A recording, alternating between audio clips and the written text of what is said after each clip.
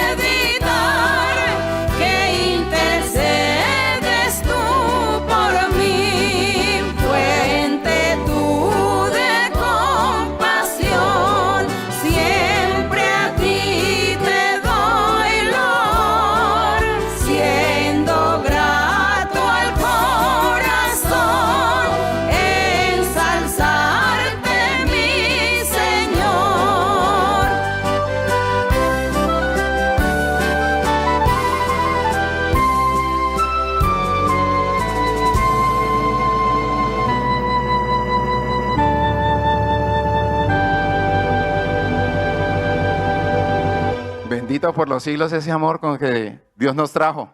Gloria al Padre Celestial. Y hace estas cosas tan hermosas ahora que lo vemos, como leíamos, que casi por espejo, porque vemos es su manifestación. Pero un día lo vamos a ver cara a cara. Gloria a nuestro Dios. Cantémosle ese himno, el himno número 118 que titula Cara a Cara.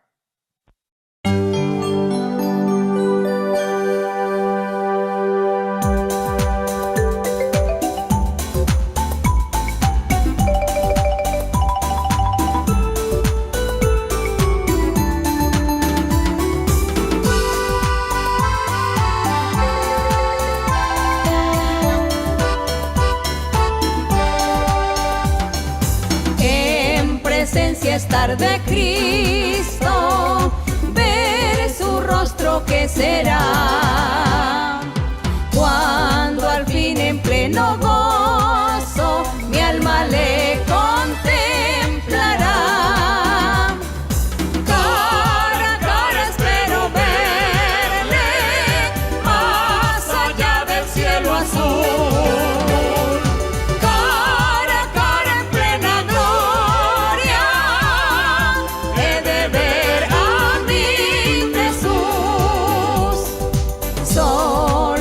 Oscuro velo, hoy lo puedo aquí mirar, mas ya pronto viene el día que en su gloria ha de mostrar.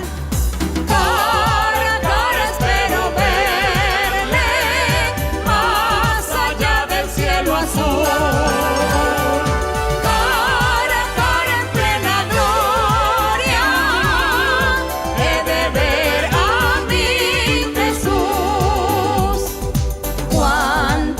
Habrá con Cristo cuando no haya más dolor, cuando cesen los peligros y ya estemos en su amor.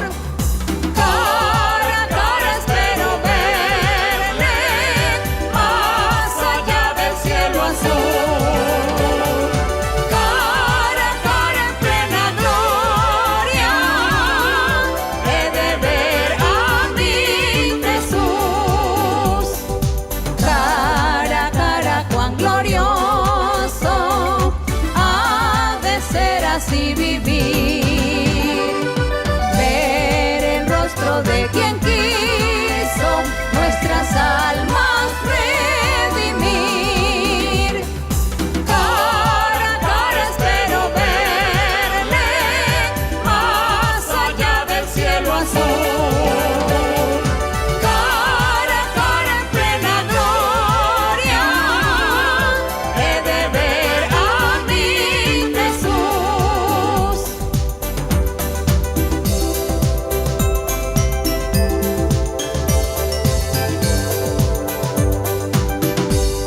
Sea la gloria y la alabanza para nuestro Dios. Qué hermoso saber que estamos unidos como un solo corazón y que Dios ha permitido la inventiva del hombre y la sabiduría viene de Él y nos ha permitido evangelizar por internet. Por eso es tan importante que siempre estemos nosotros difundiendo esta palabra de verdad, compartiendo los enlaces. Usted debajo de su pantalla está viendo en este momento un tutorial que está corriendo, demostrándole cómo activar sus notificaciones, suscribirse al canal de YouTube, a nuestros canales de YouTube, en donde usted participa de Maravillas del Cielo, que son variadas enseñanzas, estudios bíblicos, predicaciones, meditaciones.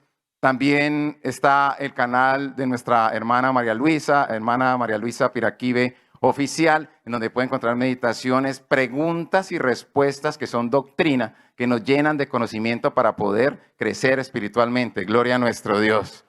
Y asimismo, aquí en esta parte derecha encuentra usted la sigla de la página web de la iglesia, www.idmji.org,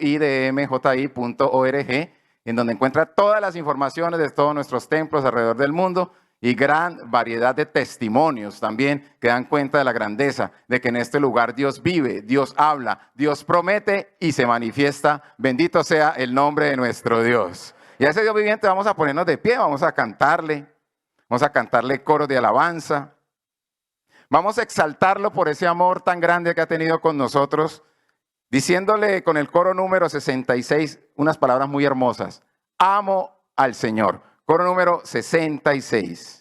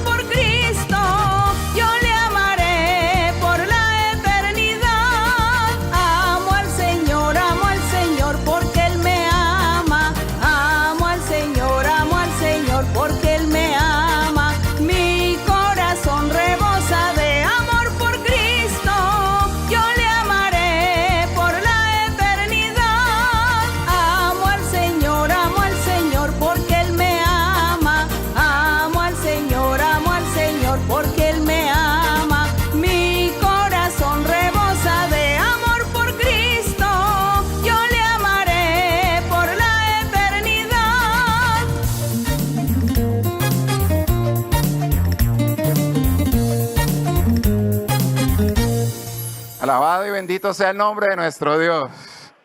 Vamos a elevar una oración de acción de gracias al Rey de Poder. También pidamos al Señor en esta oración que bendiga y se glorifique en el acto de diezmar y de ofrendar para Él.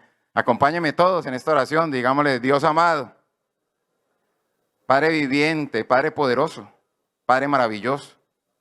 Señor, te damos las gracias por tu infinita bondad, por tu amor que nos has entregado, por esta entrega de amor, la cual es tu evangelio, Señor.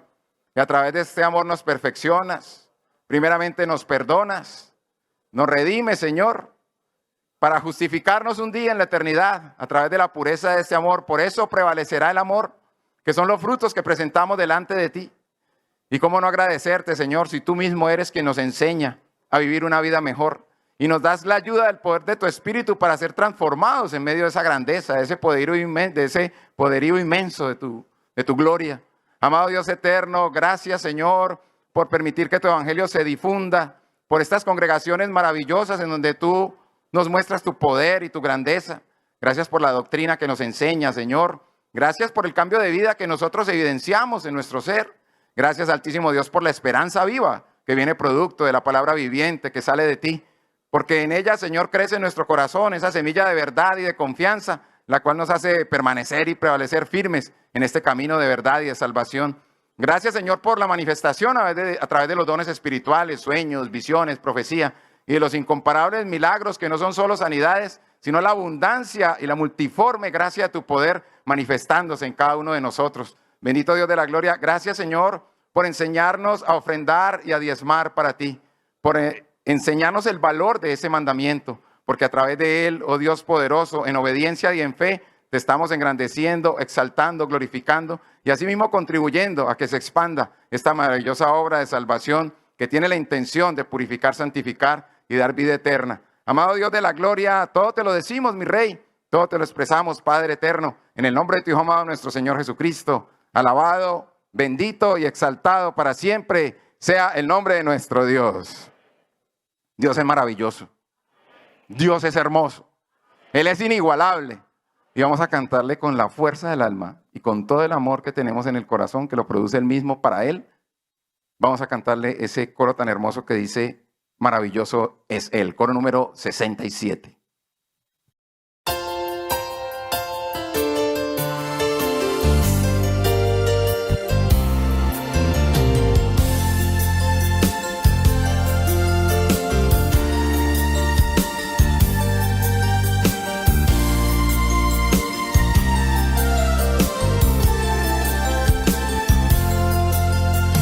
Maravilloso es Él, maravilloso es Él, maravilloso es Él, Cristo el Señor. Soberano es Él, soberano es Él, soberano es Él, Cristo el Señor. Inigualable es Él, inigualable es Él, inigualable es Él, Cristo el Señor. Ensalzado es Él, ensalzado es Él, ensalzado es Él, Cristo el Señor. Omnipotente es Él, omnipotente es Él, omnipotente es Él, Cristo el Señor. Poderoso es Él, poderoso es Él, poderoso es Él, Cristo el Señor.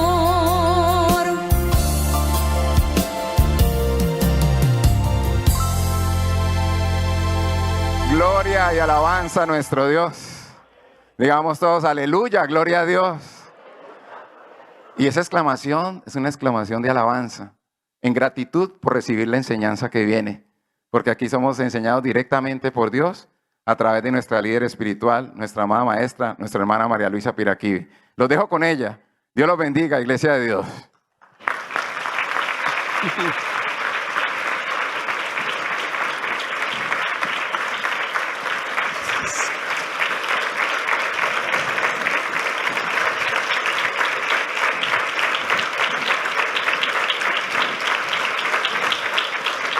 Que el Señor me les bendiga a todos, a todas en este día. Reciban bendiciones del Altísimo. Y aunque pasen momentos difíciles en nuestra vida, ya sabemos a quién buscar. Ya sabemos quién es nuestro refugio, nuestro amparo, en quien nosotros depositamos toda la confianza, la esperanza, para que nuestro Dios nos ayude, en el Dios Todopoderoso, el Padre de nuestro Señor Jesucristo, el Dios de la gloria, el Dios que hizo los cielos y la tierra, aquel Dios que le habló a Moisés, que le habló a Abraham, a Isaac, a Jacob, Ese es el mismo Dios que hoy nosotros adoramos. Creemos en Él, confiamos en Él. Así que el día de hoy, pues muy felices y contentos estamos para esta enseñanza o esta meditación de la palabra de Dios, donde aprendemos, alabamos a Dios y de paso nosotros también aprendemos para la edificación de nuestra vida espiritual y también para la edificación de muchos. Ustedes pueden sentarse, pueden ubicarse en sus lugares y vamos así a estar meditando estamos en el libro de Santiago, apóstol de Jesucristo. Se ve en la lectura de Santiago, nosotros vemos que él era muy estricto. Se puede decir que más estricto que el apóstol Pablo. Pero no tanto él, sino más bien la manera como Dios lo usó, como el Espíritu Santo estuvo con él y le reveló también mucha doctrina, la forma o la manera de que el pueblo, aquellos judíos de aquel entonces que se convirtieron al Evangelio del Señor Jesucristo, a ellos es que Santiago les está predicando, a los judíos convertidos al cristianismo, al Evangelio verdadero de Cristo Jesús. Por eso vemos que él es un poco estricto, porque en esa época muy difícil, la conversión de la gente, el Señor vino a predicar, a enseñar a los judíos el Evangelio, pero a enseñar la ley, a cumplirla. Y ellos pues fueron muy difíciles y no aceptaban, pero el Señor, cuando él se subió al cielo, dejó sus apóstoles. A Pablo lo encargó de los gentiles, de todas aquellas gentes extranjeras, pero los otros apóstoles le predicaban a los mismos judíos. Por eso aquí vamos a encontrar muchas cosas que la forma como ellos procedían, los judíos en aquel entonces, y el apóstol a través del Espíritu Santo o por revelación del Espíritu Santo les enseña el buen comportamiento. Pero como hoy nosotros también vivimos estas mismas experiencias, también sentimos muchas cosas, también hay gente difícil, gente incrédula, también hay personas que creen, otros no creen, hay gente que se somete a lo de Dios, que son humildes, sencillos, otros no. Hoy en día también es lo mismo, por lo tanto que la palabra, lo que se enseña aquí es para nosotros hoy también. Nosotros no vemos nada de diferencia, no vemos ninguna diferencia entre hoy y ese ayer que sucedió hace más de 2000 años. Y así, entonces vamos a leer en Santiago capítulo 2. Y vamos a estar leyendo pues todo el capítulo. Vamos a estar leyendo del 1 al 26. Pero yo voy a apartarme a algunos libros porque aquí hay dos temas que me parecen tan importantes que nosotros meditemos y aprendamos acerca de ellos. El tema de los pobres y el tema de los ricos. Entonces ahí pasaré a algunos libros de la Biblia, espero que el tiempo me dé. Y dice así en el capítulo 2:1, dice: hermanos míos, que vuestra fe en nuestro glorioso Señor Jesucristo sea sin acepción de personas. Porque si en vuestra congregación entra un hombre con anillo de oro y con ropa espléndida, y también entra un pobre con vestido andrajoso, y miráis con agrado al que trae la ropa espléndida, y le decís: siéntate tú aquí en buen lugar, y decís al pobre: estate tú allí en pie, o siéntate aquí bajo mi estrado. Aquí él estaba diciendo sobre la acepción de personas, que entraba el rico a la congregación y que lo tenían en cuenta, y al pobre pues lo menospreciaban y lo dejaban en el último lugar. Eso no sucede con nosotros hoy. Eso no sucede. Porque nosotros hemos entendido la palabra del Señor, el camino de Él, su doctrina.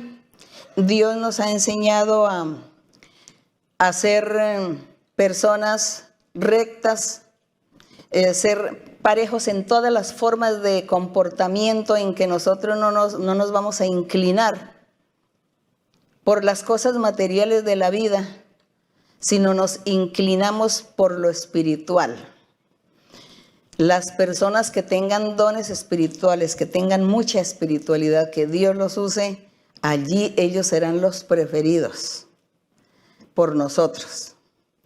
Pero las cosas materiales de la vida, hemos aprendido que las vivimos, las disfrutamos, quizá las tengamos o no, pero no hay que poner el corazón en ello, sino en la vida espiritual, en lo de Dios, en lo perfecto. Sin embargo, aquí como el apóstol está haciendo el llamado de atención en las congregaciones sobre la acepción de personas. Aquí en el verso 4 dice: no hacéis distinciones entre vosotros mismos y venís a ser jueces con malos pensamientos. Hermanos míos, amados, oíd. ¿No ha elegido Dios a los pobres de este mundo para que sean ricos en fe y herederos del reino que ha prometido a los que le aman? Tengamos en cuenta, hermanos, que este verso se ha prestado para malinterpretarlo.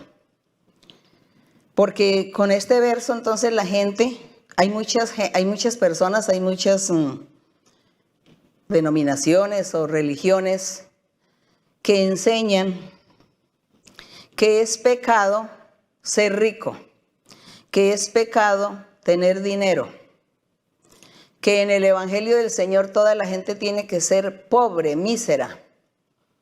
Eso es lo que ellos han interpretado acerca de este verso, que aparentemente dice: hermanos míos amados, ¿no ha elegido Dios a los pobres de este mundo para que sean ricos en fe y herederos del reino que ha prometido a los que le aman? La forma como está escrito el verso, la forma como el apóstol lo expresa, o la traducción que le hayan hecho, dando a entender que en la congregación no debe haber gente rica, sino solamente pobres. Y por eso es que yo voy a leer un poquito sobre los pobres, para que comprendamos que no es malo ni es pecado que alguien sea rico, que tenga sus riquezas, sus bienes materiales y que esté en la iglesia. Eso no es malo. En la iglesia, en la congregación del Señor, puede haber ricos y pobres. Y vamos a leer en algunos apartes de la Biblia. Por ejemplo, leamos nosotros en Isaías 66. Aquí en Isaías 66, donde Dios hizo promesas para el futuro. No vamos a perder Santiago. El Señor en Isaías 66 hacía promesas para el futuro sobre cómo sería lo que Dios estaría dando para ese tiempo y cómo sería la vida de los creyentes o los seguidores o del pueblo de Dios. Aquí en Isaías 66, en el verso 2, pero yo voy a leer el 1, dice: Jehová dijo así: el cielo es mi trono y la tierra estrado de mis pies. ¿Dónde está la casa que me habréis de edificar y dónde el lugar de mi reposo? El Señor decía: es imposible. Bueno, en este verso está hablando del templo. Imposible porque Dios es espíritu y a Él no le podían ir a construir una casa física. Era la pregunta. En el verso 2 dice: mi mano hizo todas estas cosas y así todas estas cosas fueron, dice Jehová. Pero miraré a aquel que es pobre y humilde de espíritu y que tiembla a mi palabra. Entonces aquí está la promesa maravillosa para el futuro. Cuando el Señor dice que Él estaba mirando al pobre y al humilde de espíritu. Aquí el Señor no estaba hablando de las riquezas físicas materiales. En ningún momento el Señor está aquí discriminando, así digámoslo, de discriminar que porque entonces los ricos no tienen derecho de estar en la congregación, sino solamente los pobres. No, decía el Señor estaré, dice, miraré al pobre y humilde de espíritu. Y aquí en Mateo, pasemos un momentico aquí al Evangelio de Mateo, en el capítulo 5, Mateo capítulo 5,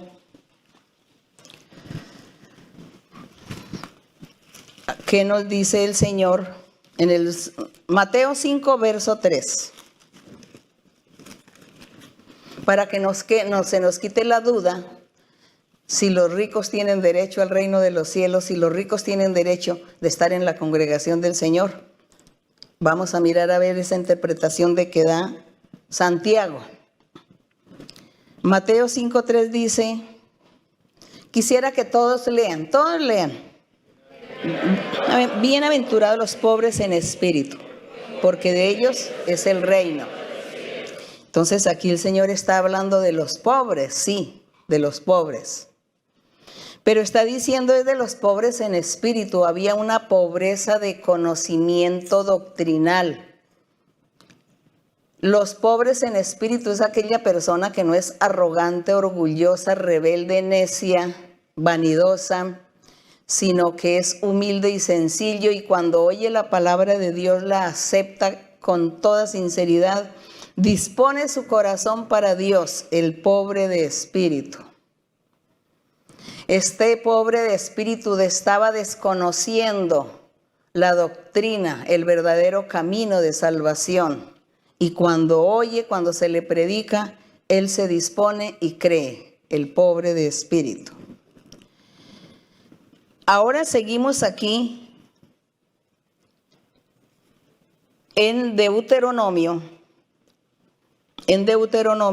8, las promesas que Dios hace, pero aquí en Santiago, estaba aquí hablando Santiago en el verso 5 cuando dice que Dios eligió a los pobres de este mundo para que sean ricos en fe y herederos del reino.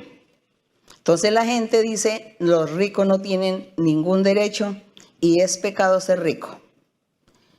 Pero nosotros vamos a estar leyendo hasta dónde los ricos o la riqueza es mala o es pecado y quién la da, quién da la riqueza. Leamos Deuteronomio 8:17.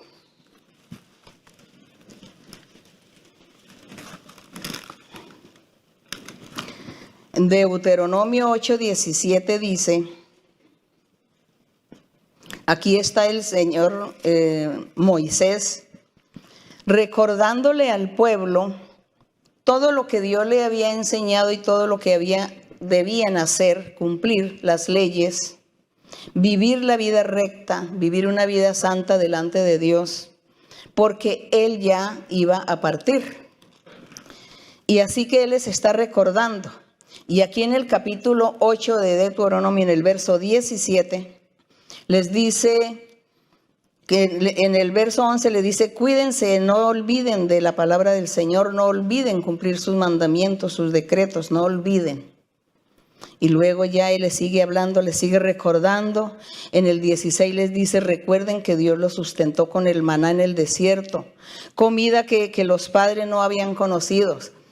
Y en el 17 les dice, y no vayas a decir nunca en tu corazón, mi poder y la fuerza de mi mano me han traído esta riqueza. Que no dijeran ellos que se habían enriquecido por su propia mano, por su propio trabajo, por su propio esfuerzo, sino que Dios era el que les daba la riqueza. Entonces nosotros aquí en la Biblia, aquí en el Antiguo Testamento, si leemos, nosotros vemos que Dios permitió que hubiese ricos y pobres. Porque Dios bendecía, Dios daba la bendición y quería bendecir a alguien, a alguna familia o a alguna persona en especial, como lo hizo con Salomón. Entonces no es que sea pecado que los pobres solamente son los que están en la congregación, los pobres físicamente, y que los ricos no tienen derecho.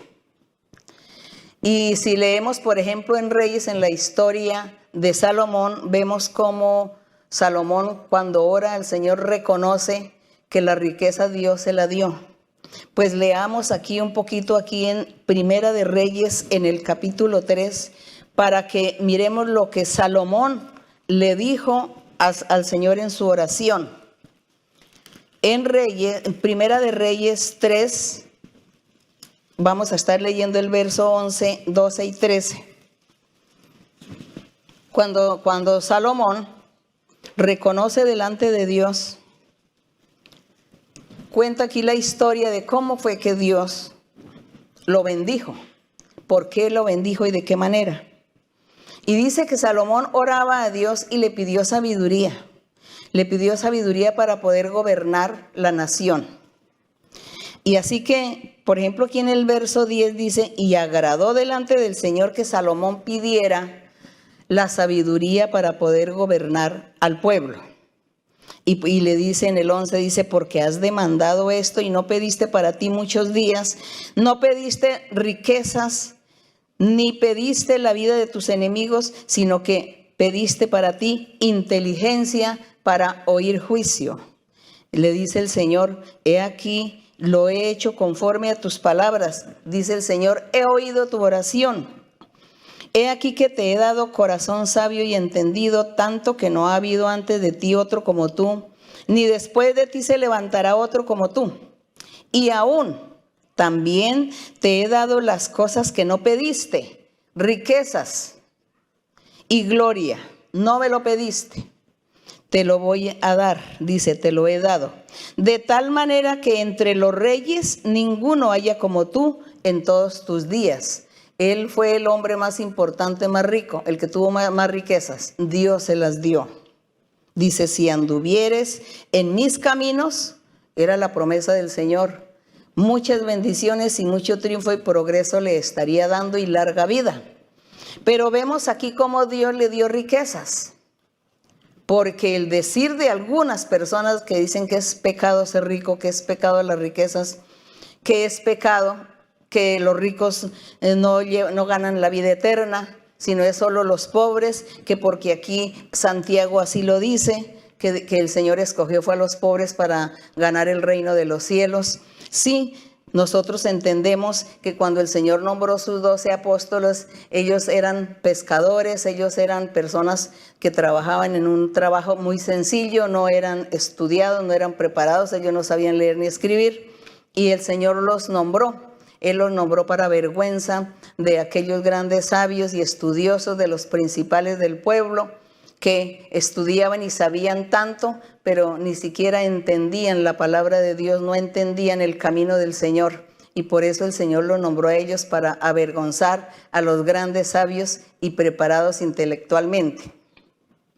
Entonces, queremos aclarar que no es malo y que los ricos, cuando se refiere la Biblia, se está refiriendo en sentido espiritual. Así que leamos qué dice el Salmo 62:10. El Salmo 62:10 dice, aquí enseña que los creyentes van a tener bendición de Dios, pero que cuando un creyente tenga la bendición de Dios y aumenten sus riquezas, dice, no pongas el corazón en ellas. Aquí en el verso 10 dice, no confiéis en la violencia ni en la rapiña, no os envanezcáis. Si se aumentan las riquezas, no pongáis el corazón en ellas. No es malo tener riquezas, no es malo ser rico. El mismo Dios da las riquezas, el mismo Dios bendice a las personas a las que Él quiere bendecir. Entonces queremos aclarar esto. Así que también aquí en Mateo 19, tenemos que el Señor, Mateo 19:23, que el Señor estaba aquí, el Señor Jesucristo evangelizando, hablando, enseñándole a la gente, y dice que se le aparece un joven, y el joven le dice, Señor, ¿qué hay que hacer para ganar la vida eterna? Y el Señor le dijo, cumplir todos los mandamientos. Y él dijo, yo los he cumplido desde mi juventud. Y el Señor le dijo, está muy bien, pero si tú quieres ser perfecto, tienes que vender lo que tienes, porque dice que él era muy rico. Era muy rico. Y dice que le dijo, vaya, vende de lo que tienes y reparte a los pobres. Entonces dice en el verso 22, dice, oyendo el joven esta palabra se fue triste porque tenía muchas posesiones, y Jesús dijo a sus discípulos, de cierto os digo que difícilmente entrará un rico en el reino de los cielos. Dice, difícilmente entrará el rico, porque el rico se confía en su riqueza y se confía en que nada le falta, en que nada le hace falta, porque todo lo puede lograr con el dinero. El rico cree que va a comprar la felicidad con el dinero, que va a comprar la paz con el dinero, que va a comprar la estabilidad emocional con el dinero, que va a sus enfermedades, que se las va a quitar con el dinero. Entonces se confía. Y él dice, pues yo no tengo necesidad de buscar a Dios porque yo todo lo tengo. Y buscar a Dios es para pedirle cosas, para pedirle que nos ayude, que nos provea todo lo necesario. Y yo no tengo necesidad. Eso fue lo que quiso decir el Señor. Qué difícil era. Este joven decía, yo quiero tener la vida eterna, cumplo los mandamientos del Señor, pero él no quería pues hacer aquello que el Señor le dice que repartiera, que fuera generoso también, dadivoso y ayudara a los pobres. Dice que eso le produjo tristeza y que no, que eso no era para él. Entonces ahí vemos que sí, los ricos están en la congregación y para los ricos también está el plan de salvación. No es como la gente dice. Y si seguimos leyendo tantos versos que encontramos, por ejemplo en Lucas 21, cuando dice que llegó la mujer y que estaba el Señor en la puerta del templo y que llegaban todos a dar las ofrendas, y dice que venían todos los pobres y que llegó una mujer viuda y todo el sustento que tenía lo echó ahí en el arca, y que veía a los ricos que venían también y traían grandes ofrendas. Entonces el Señor Jesús conocía la situación de ellos y vio que los ricos lo hacían era porque les sobraba, no porque lo hicieran de corazón, con amor a Dios, con sinceridad al Señor, sino que lo hacían ahí porque les sobraba. Y el Señor entonces le dijo, esta mujer dio su sustento, aún lo que no tiene lo dio, pero lo hizo de corazón. Pero los ricos de lo que les sobra es lo que dan. El Señor no quería estas cosas. Él quería también que los ricos lo hicieran con sinceridad y que amaran y buscaran a Dios con mucha sinceridad, aunque no tuviesen necesidad de cosas materiales. ¿Y qué decimos aquí en Primera de Timoteo? Busquemos aquí ya en Primera de Timoteo, para que nos quede bien claro el asunto de los ricos y los pobres, para que nosotros no vayamos a torcer el camino del Señor. Se me perdió Timoteo. Como son libros tan pequeños. En Timoteo 6:17, en Primera de Timoteo 6:17.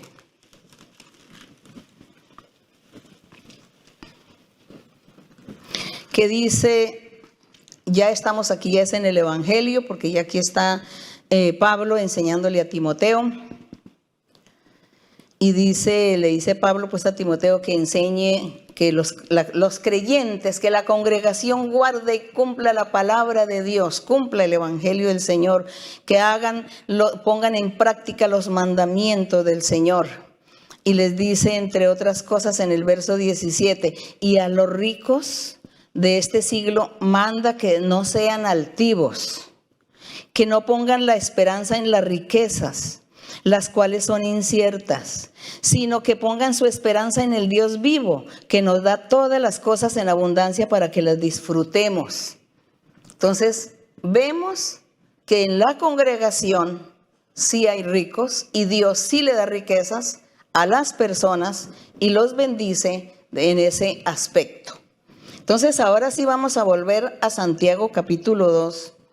Y ahora sí, cuando leamos aquí el verso número 5, Aquí en Santiago 2, en el verso 5, cuando dice, hermanos míos, amados, oíd, ¿no ha elegido Dios a los pobres de este mundo para que sean ricos en fe y herederos del reino que ha prometido? Él se refería que porque los 12 apóstoles eran pobres, no tenían estudio y Dios los nombró. Pero no significa, porque los pocos versos que hemos leído, porque abundan más, nos damos cuenta que en la congregación sí hay ricos, que buscan a Dios, y que sí Dios bendice y le da riquezas a quien Él quiere. A quien Él quiere, Dios lo bendice y le da las riquezas. Entonces no es pecado. No es pecado las riquezas, no es pecado. Pecado es el que tiene riquezas y confía en sus riquezas y dice, no necesito a Dios porque con el dinero todo lo hago, todo lo compro con dinero. Eso sí es un error, eso sí es un pecado. Entonces, aquí seguimos leyendo. Y en el verso 6 ya dice, pero vosotros habéis afrentado al pobre, porque en el primer verso decía que hacían acepción de personas, entraba un rico y le daban el primer puesto, y entraba el pobre y lo dejaban en la última silla. Y él dice, no hay que hacer acepción de personas. El 6, pero vosotros habéis afrentado al pobre, no os oprimen los ricos y no son ellos los mismos que os arrastran a los tribunales. En esa época había estos litigios, esta problemática, sufrían porque había mucha opresión, en esa época había esclavitud también.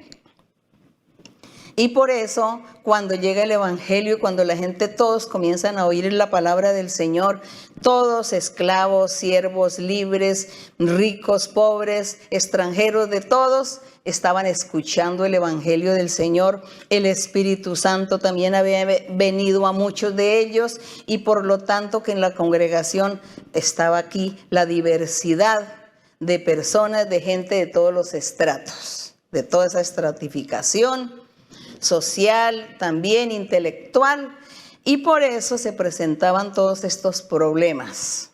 En ese tiempo se presentaba todo esto. Pero todo esto nos sirve a nosotros también para mirar cómo vivieron, cómo vivimos y cómo nosotros hoy también podemos movernos y vivir en la congregación, haciendo las cosas bien, agradando siempre al Señor en todo y amándonos todos, ¿no?, los unos a los otros, y cada uno de nosotros sintiendo que el otro es superior a mí, que el otro es mejor que yo. Es eso. En el verso 7 dice, no blasfeman ellos el buen nombre que fue invocado sobre vosotros. Bueno, estaba hablando allá de aquella gente rica que esclavizaba mucho y que no quería nada de la parte de la palabra del Señor.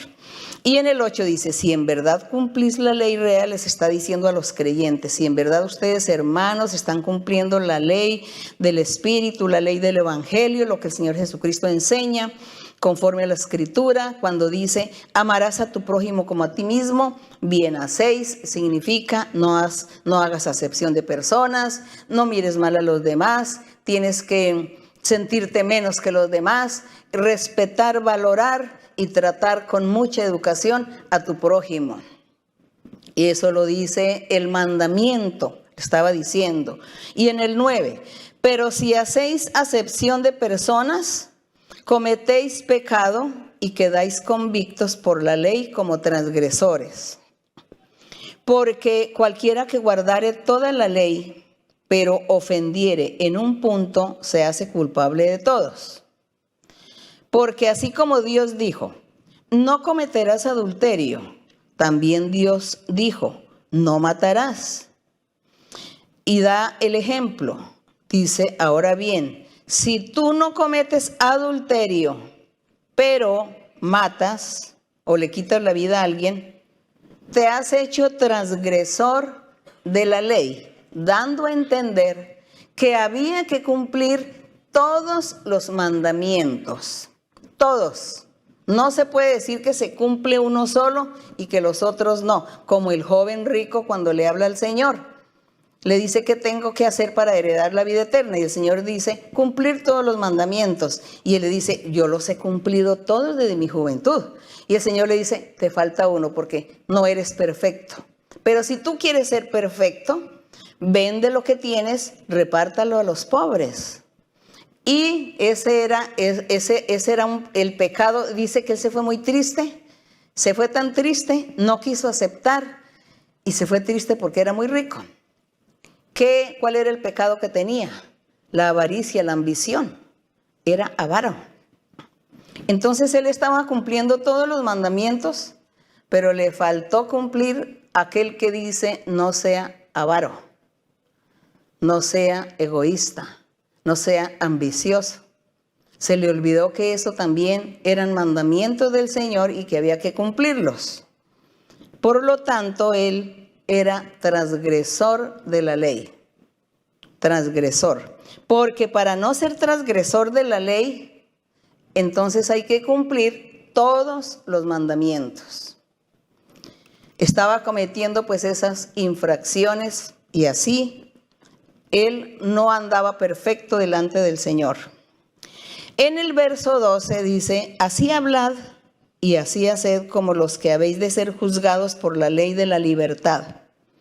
Aquí ya está hablando de la ley de la libertad, que es el Evangelio del Señor Jesucristo.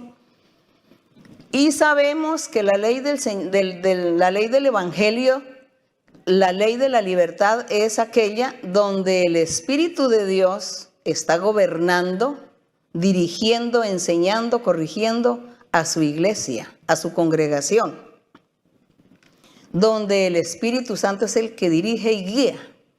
Ese es el verdadero evangelio y esa es y también la verdadera libertad. La ley de la libertad es el evangelio dirigido, guiado por el Espíritu del Señor.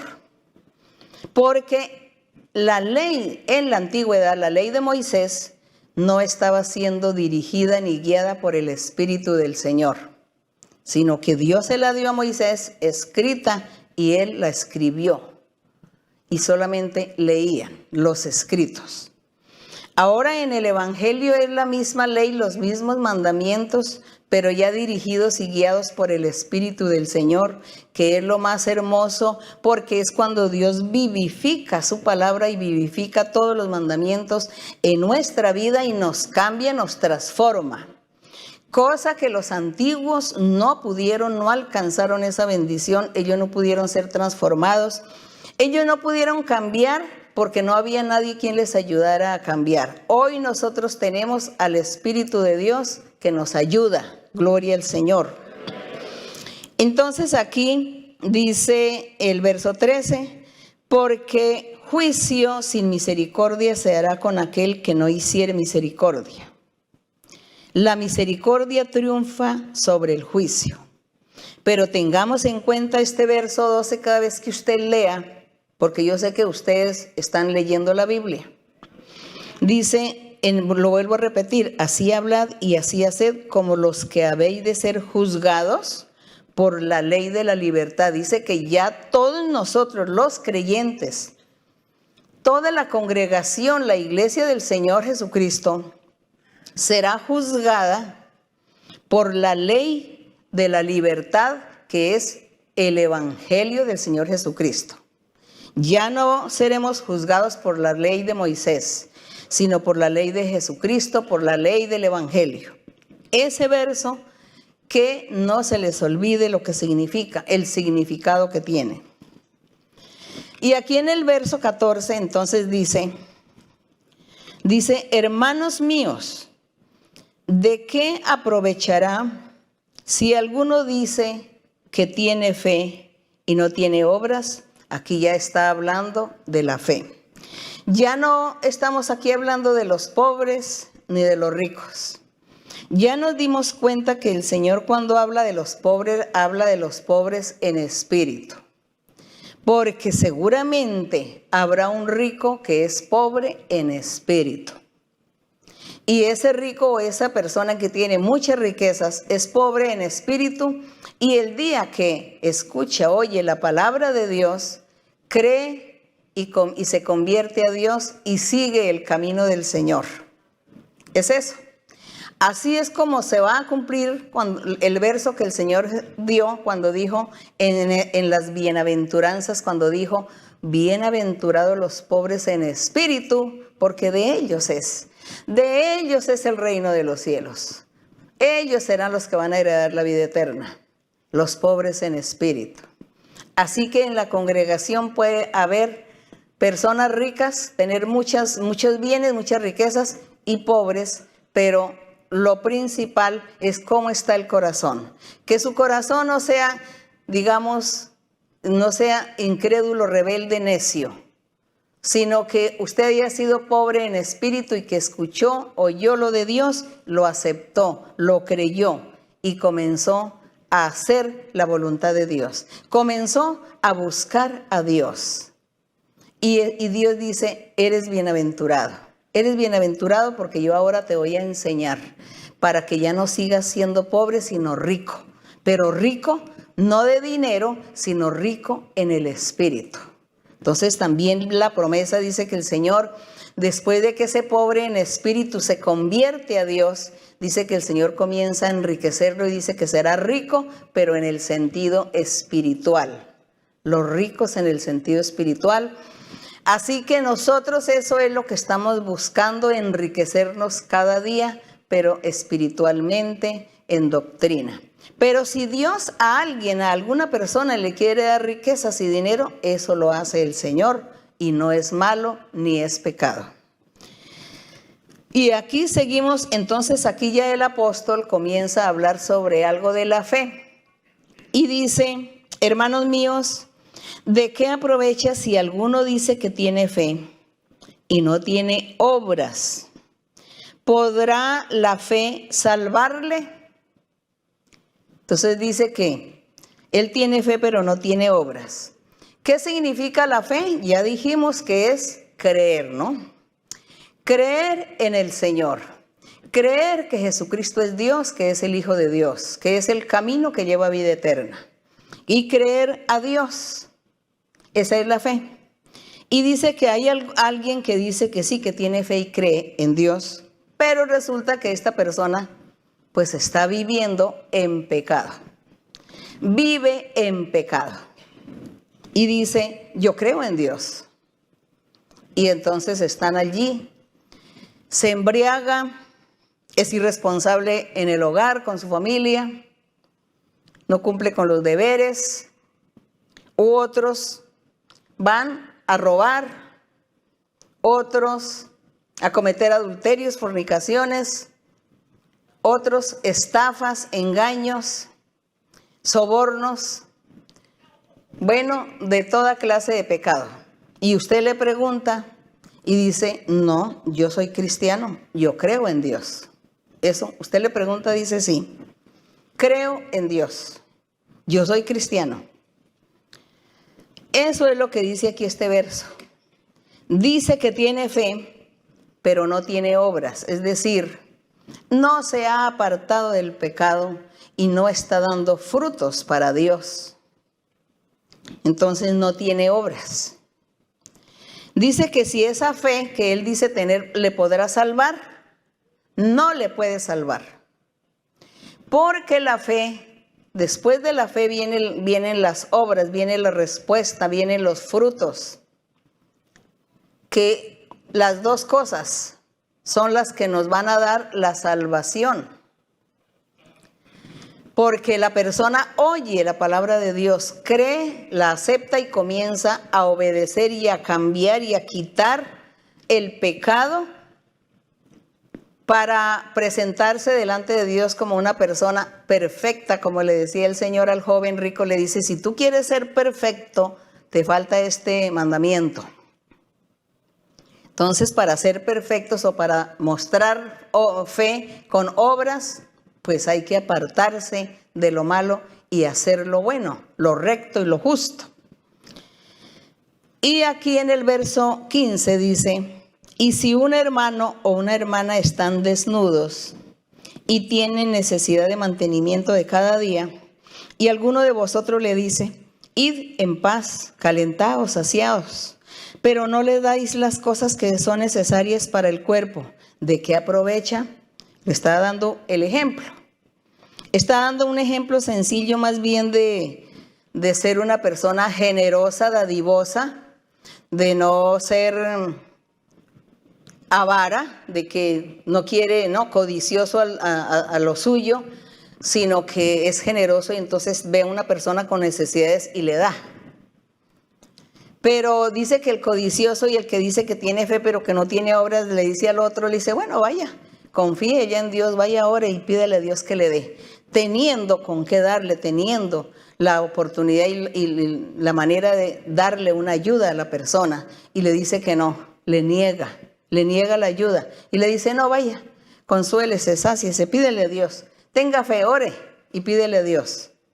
Dice que eso no es la forma correcta de el comportamiento de alguien decir, yo tengo fe, pero no tengo obras, porque entonces estoy haciendo ahí. Veo la necesidad de la persona y no le ayudo, porque no, es que ¿cómo voy a gastar lo mío? ¿Cómo voy a gastar mi dinero? No puede ser que yo tenga que gastar mi dinero para darle ayuda a esta persona. Entonces dice que no tiene obras, no tiene fruto esa fe de esta persona. Y dice en el verso 17, así también la fe, si no tiene obras, es muerta en sí misma. Ya lo explicamos. La fe sin obras ya explicamos. Y en el verso 18, pero alguno dirá, tú tienes fe y yo tengo obras. Muéstrame tu fe sin tus obras y yo te mostraré mi fe por mis obras. Es decir que hay personas, yo he escuchado personas que dicen cuando se les invita, bueno, te invito a la iglesia, a oír la palabra de Dios, a buscar a Dios. Dicen, no, yo no tengo necesidad. Yo no tengo necesidad porque mire, yo creo en Dios. Yo no mato, yo no robo, yo no le hago mal a nadie. No tengo necesidad de ir por allá a esas iglesias. No tengo necesidad de leer la Biblia ni de convertirme. No tengo necesidad porque aquí yo no mato, no robo, no hago nada malo. No, yo no hago nada de eso. Así que no necesito. Está demostrando que tiene muchas obras. No tiene fe, pero dice que tiene muchas obras. Pues dice que eso y nada es lo mismo. De nada le sirve. Otras personas uno las escucha que dicen, no, yo hago muchas obras benéficas. Yo siempre estoy allá el día domingo, en un día especial, yo voy por allá con todas las personas del trabajo social y yo voy y les reparto comida y les doy paquetes de comida y les doy ropa y les regalo zapatos. Yo hago eso ya, con eso es suficiente. Pero con eso es suficiente es que está cometiendo otras cosas mal delante de Dios y no está creyendo en Dios ni confiando ni buscando a Dios. Entonces tiene unas obras, pero no tiene fe. Entonces el apóstol quiere que la fe vaya con las obras o los frutos. En el verso 19 dice, tú crees que Dios es uno, bien haces. También los demonios creen y tiemblan, porque, como les decía, mucha gente dice, yo creo en Dios y yo no necesito de ir allá porque yo no hago nada, no le hago mal a nadie, ni estoy robando ni estoy matando. Y el otro dice, no, es que yo hago tantas obras benéficas y yo le ayudo a la gente, pero tampoco busca a Dios y comete otros pecados. Entonces ni el uno ni el otro están haciendo cosas buenas delante de Dios. Ni el uno ni el otro se puede justificar. Y seguramente en aquel tiempo había personas dentro de la congregación que vivían estos problemas, estas dificultades. El uno diciendo que yo tengo fe, pero sigo haciendo mi vida como quiero.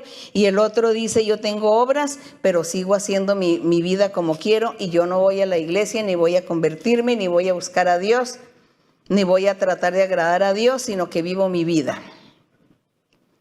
Entonces, por eso el apóstol dice, ustedes, a estos dos personajes les dice, ustedes están como los demonios. Los demonios creen y tiemblan ante la presencia de Dios. ¿Acaso los demonios van a ser salvos? ¿Acaso los demonios andan bien delante de Dios? No. Entonces dice que así comparados son estos dos grupos de personas, el que solo tiene fe y no tiene obras, o el que solamente tiene las obras y no tiene fe, son comparados con aquí esto de los espíritus, que dice, ¿tú crees que Dios es uno? Sí. ¿Tú crees Dios es uno? Sí, sí, sí, yo creo en Dios y Él es uno. Dice, está muy bien. Dice, ¿sabes que los demonios también creen y tiemblan?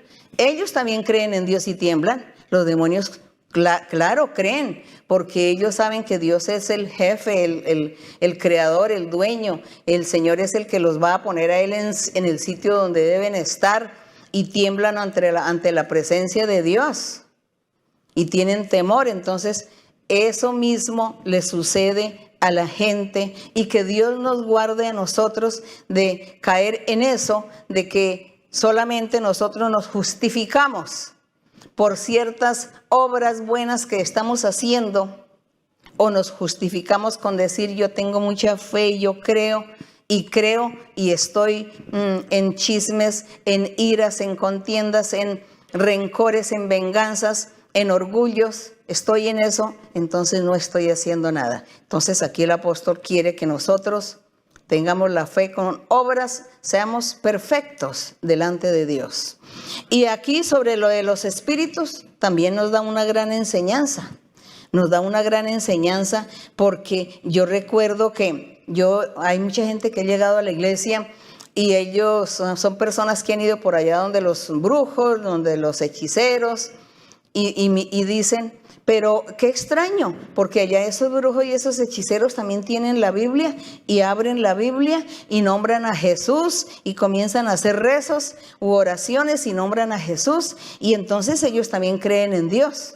Entonces la gente, para justificarse, comienza a decir que cómo es que ellos hacen esas cosas, cómo es que tienen la Biblia, cómo es que nombran a Jesús, cómo es que dicen creer. Entonces se justifican y dicen, pues yo pensé que eso no era malo, ir donde esa gente, donde esos adivinos, porque uno los ve que creen. Entonces aquí está el verso, los demonios creen y tiemblan. Entonces ahí viene el engaño, viene el engaño. Viene aquí la comparación que hace el apóstol para estos dos grupos de personas, y también de paso el engaño que no todo el que diga que sí, que yo creo en Dios, es o está en el camino correcto. Y en el verso 20 dice, mas quieres saber, hombre vano, que la fe sin obras es muerta. No fue justificado por las obras Abraham nuestro padre cuando ofreció a su hijo Isaac sobre el altar. Entonces ahí dice que la fe fue porque Abraham le creyó a Dios. Dios le dijo a Abraham, sacrifícame tu hijo. Y Abraham creyó y se fue a sacrificar al hijo. Entonces tenía la fe acompañada con las obras, porque iba a actuar, a sacrificar al hijo. Y en el verso 22, ¿no ves que la fe actuó juntamente con sus obras, y que la fe se perfeccionó por las obras? Entonces lo que está aquí el apóstol destacando, que nosotros que decimos que tenemos fe porque hemos creído en el Señor, entonces tenemos que dar muchos frutos. Tenemos que presentar y mostrar nuestras obras, que son las que vienen después de esa fe. Eso es lo que dice aquí. Dice que la fe tiene que actuar juntamente con las obras. Así como Dios nos ordena, nos dice que hagamos, Él nos enseña sus mandamientos, nos dice que nos apartemos del mal, nos apartemos del pecado. El Señor nos dice, no seáis iracundo, deja la ira, deja el rencor, no tenga enojo, no tengas esto, no tenga lo otro. Hay que obedecerle, actuar, hacer. Con eso le digo, Señor, aquí están mis obras, te he obedecido. He cambiado de acuerdo a como tú me has dicho, me has enseñado. Entonces la fe acompañada de obras. No es solamente creer, sino hacer las cosas, porque muchas veces podemos venir a la congregación a aparentar que estoy aquí en la congregación buscando a Dios, orando, cantando, leyendo Biblia y aparentando que creo en Dios, que tengo fe, pero allí en mi vida privada, en mi vida allí, estoy pecando, haciendo pecado y haciendo todo lo malo. Eso es una fe que no se puede justificar, porque es una fe sin obras. Y el 23 dice, en el verso 23, y se cumplió la escritura que dice, Abraham creyó a Dios y le fue contado por justicia y fue llamado amigo de Dios. Esto de amigo de Dios también es otro tema para analizar después, cuando nos corresponde el turno de los amigos de Dios. En el verso 24 dice, vosotros veis pues que el hombre es justificado por las obras y no solamente por la fe, sino las dos cosas, ¿no?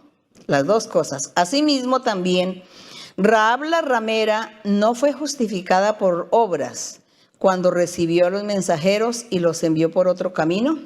Entonces dice que esta Rahab, que fue cuando hubo la toma de Jericó, Josué con su ejército, con su gente, fueron allí a tomarse a Jericó, y él envió a una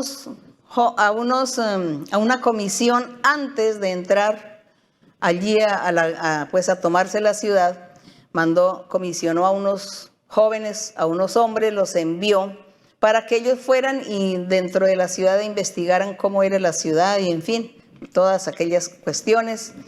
Y ellos llegaron a la casa de esta ramera y ellos pues le contaron a ella lo que iban a hacer y qué estaban haciendo.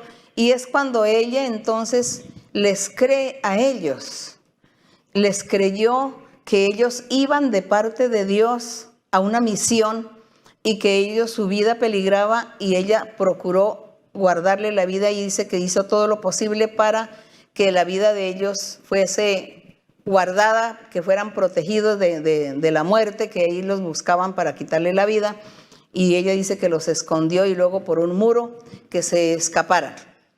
Esa actitud de ella le agradó a Dios, porque ella sabía que estos personajes eran de parte de Dios, y ella creyó e hizo lo posible para ayudarles, y dice que Dios le contó como una buena obra, y por eso la bendijo a ella, porque cuando hubo la toma de Jericó dice que se destruyó la ciudad y que ellos se fueron salvos porque ellos escaparon, lo sacaron de allí para que no perecieran, y de resto pues todo el pueblo pereció allí, los habitantes de Jericó. Entonces dice que asimismo que esta Rahab fue justificada por esas obras, porque es que la fe tiene que ir acompañada de obras. La fe sin obras es muerta. La fe tiene que ir acompañada de obras y si no, pues no tiene ninguna validez. Dice el cuerpo, porque como el cuerpo sin espíritu está muerto, así también la fe sin obras está muerta.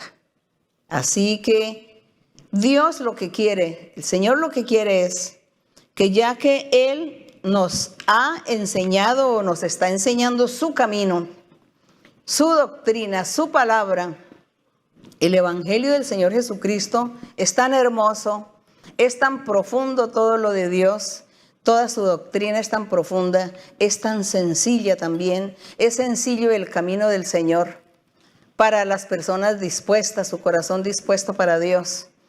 Entonces Dios quiere que nosotros, los creyentes, seamos perfectos, que estemos en la congregación o que creamos en el Señor, pero que también obedezcamos y nos sometamos a cumplir sus mandamientos. Por eso en alguna parte el Señor Jesús decía, el que me ama guardará mis mandamientos. Entonces ahí está la fe con las obras. Los dos tienen que trabajar y eso es lo que nosotros debemos seguir luchando. Ya nosotros en la congregación hemos entendido, hemos comprendido todas estas maravillas y el Espíritu Santo nos ha enseñado y nos ayuda también. Y yo invito a las personas recientes, personas que vienen por primera vez y personas recientes, que comiencen. El comienzo es creer, disponer el corazón y el oído en lo que oímos y creer, aceptar y comenzar a leer este libro maravilloso.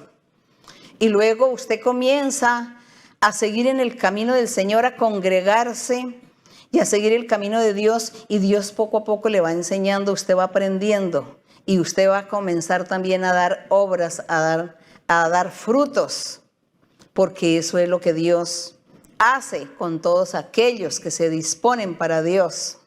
Así que yo los invito para que ustedes también participen y junto con nosotros aquí estemos todos buscando a ese Dios maravilloso, glorificándole, confiando en Él, porque en la vida hay muchas dificultades, en el mundo hay peligros, tribulaciones, tristezas, hay tantas cosas duras, difíciles, amargas, dolorosas. Y si no tenemos a quién acudir para que nos ayude, nos consuele, nos bendiga, es nuestro Dios. Pero para tener a nuestro Dios que nos guarde y nos proteja, tenemos que empezar por el principio. Cree. Cree en el Señor Jesucristo, que es Dios, el Hijo de Dios, que es el camino que lleva a vida eterna, y después comenzarás a hacer o cumplir sus mandamientos de Él para ganar la vida eterna. Esa es la invitación. Que mi Dios me los bendiga y que mi Dios esté con todos ustedes y los ayude y les revele y el Señor llegue a sus corazones, a sus vidas, para que ustedes un día se conviertan al Señor y con nosotros estemos todos alabando a nuestro Dios porque Él es digno. Así que vamos puestos de pie y vamos a estar orando a nuestro Dios. Padre Santo, Padre Celestial, Creador de los cielos y la tierra, nuestro Dios que hizo el universo, nuestro Dios que nos formaste, nos hiciste con tu mano poderosa, somos obra de tus manos. Gracias, Señor y Dios Todopoderoso. Gracias, Padre Celestial.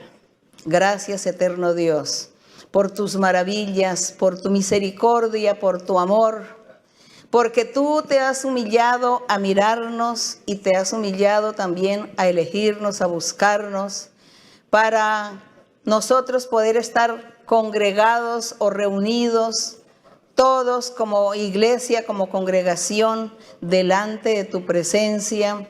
Y tú, Señor, manifestándote entre nosotros, dándonos bendiciones espirituales, mostrando tu existencia con los dones espirituales, con el bautismo, con el Espíritu Santo, con el hablar en lenguas. De esta manera, Señor, tú nos demuestras que existes, porque sentimos en nuestro ser esa presencia divina, esa presencia sobrenatural.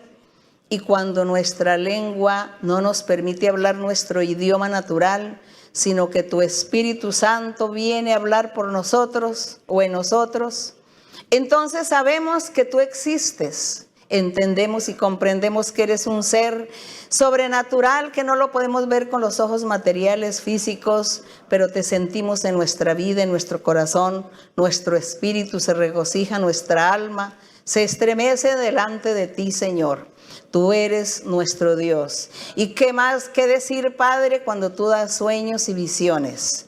Cuando tú cumples las promesas que nos haces a través de profecías o de revelación o de visión, y tú nos cumples todo, Señor. ¿Cómo dudar de tu existencia? Tú existes, Señor. Tú vives en nuestras vidas. Tú vives hoy, tú hablas hoy, mi Señor, porque tú eres el mismo ayer y hoy. Gracias, Padre Santo, por tu misericordia. Te alabamos, Señor. Te bendecimos. Gracias, mi Padre. Ahora, mi Señor, te pido, Señor, te voy a pedir cosas materiales. Te voy a pedir, Padre, que tú extiendas tu mano sobre todas las personas que están enfermas. Hay mucha gente con diversas enfermedades. La ciencia no puede curarlos. Y hay mucho dolor y mucho sufrimiento en cada enfermo o en cada enferma. Señor, ten misericordia. Yo sé, mi Señor, que en este momento hay muchos que te están pidiendo sanidad. Sanidad en su cuerpo físico. También sanidad para su vida psíquica. Que tú seas libertando, que tú seas rompiendo ataduras, cadenas, ligaduras. Quita maldiciones, quita espíritus malos de las personas que los están atormentando. Señor, sé tú libertando a muchos. Limpia, Señor, las vidas. Purifica a cada uno. Haz milagros y señales porque esas son tus promesas, Señor. tus promesas que en tu nombre, Señor, se realizarían muchos milagros, muchas señales, muchas sanidades. Y nosotros creemos y esperamos en ti que te manifiestes de esta manera, Padre Santo. Bendito Dios, todos aquellos que sufren y que tienen peticiones, necesidades, que tienen anhelos en su corazón, aquellos que les van a hacer cirugías, te pido que tú los ayudes, los guardes, los protejas, que tú, Señor, estés con ellos, bendiciendo a cada uno, sanando a cada uno de cualquier enfermedad y libertando, Señor. Limpia, Señor. Gracias, Padre Santo, en el nombre glorioso de Jesucristo. Bendito y alabado tu nombre por los siglos de los siglos. Alabad a Jehová, naciones todas, pueblos todos, alabadle, porque engrandecido sobre nosotros su misericordia y la verdad de Jehová es para nosotros, aleluya, amén. Y la verdad de Jehová, aleluya, es para siempre, amén. Alabad a Jehová, naciones todas, pueblos todos, alabadle, porque ha engrandecido sobre nosotros su misericordia y la verdad de Jehová es para nosotros, aleluya, amén. Y la verdad de Jehová, aleluya, es para siempre, amén. Gracias, que mi Señor los bendiga a todos grandemente. Muchos abrazos para todos ustedes, mis queridos hermanos, personas por primera vez, personas recientes. Que mi Dios les bendiga, hasta pronto. Y para los niños, besitos, muchas gracias. Gracias, Dios les bendiga.